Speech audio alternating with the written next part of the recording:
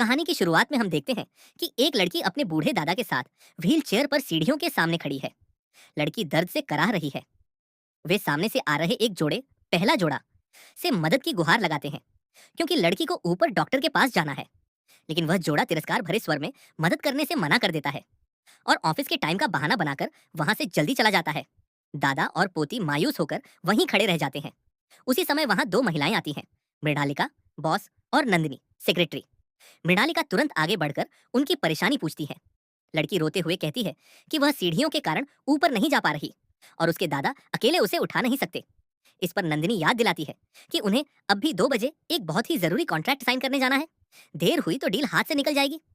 मृणालिका एक पल की भी देर नहीं करती। वह अपने महंगे जूते उतार देती है और दृढ़ आवाज में नंदिनी से कहती है कि वह व्हीलचेयर संभाले, जबकि वह खुद लड़की को पीठ पर उठाती है।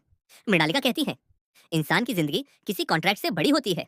फिर प्रेरणादायक संगीत के बीच मृणालिका लड़की को पीठ पर लेकर धीरे धीरे सीढ़ियां चढ़ने लगती है।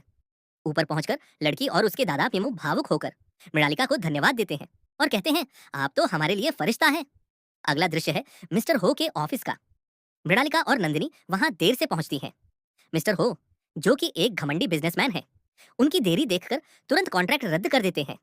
मृणालिका स्थिति समझाती है और अपने कर्मचारियों की नौकरी बचाने के लिए 10% की छूट देने का प्रस्ताव रखती है, जिससे उन्हें खुद कोई मुनाफा नहीं होगा।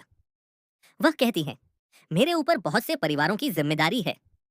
काम रहेगा तो वो लोग जिंदा रहेंगे। मृणालिका की ईमानदारी और अपने कर्मचारियों के प्रति समर्पण देखकर मिस्टर हो प्रभावित हो जाते हैं। उसी समय ऑफिस का दरवाजा खुलता है। व्हील चेयर पर बैठी वही लड़की अपने दादा के साथ अंदर आती है। मिस्टर हो हैरान रह जाते हैं। मृणालिका समझ जाती है कि जिसे उन्होंने मदद की थी वह और कोई नहीं, मिस्टर हो की अपनी बेटी है। मिस्टर हो शर्मिंदा और पश्चातावे में डूब जाते हैं। वह मृणालिका से पूछते हैं, इतना बड़ा बिजनेस रिस्क लेकर आपने एक अजनबी की मदद क्यों की? मृणालिका शांत स्वर में जवाब देती है, पैसे तो हमेशा कमाए जा सकते हैं, लेकिन मुसीबत में किसी इंसान की मदद करने का मौका बार बार नहीं आता। यही मेरा सिद्धांत है, नेक काम करो, किस्मत खुद साथ देगी। ये सुनकर मिस्टर हो भावुक हो जाते हैं और तुरंत घोषणा करते हैं, आप जैसी इंसान के साथ काम करना मेरे लिए सम्मान की बात है।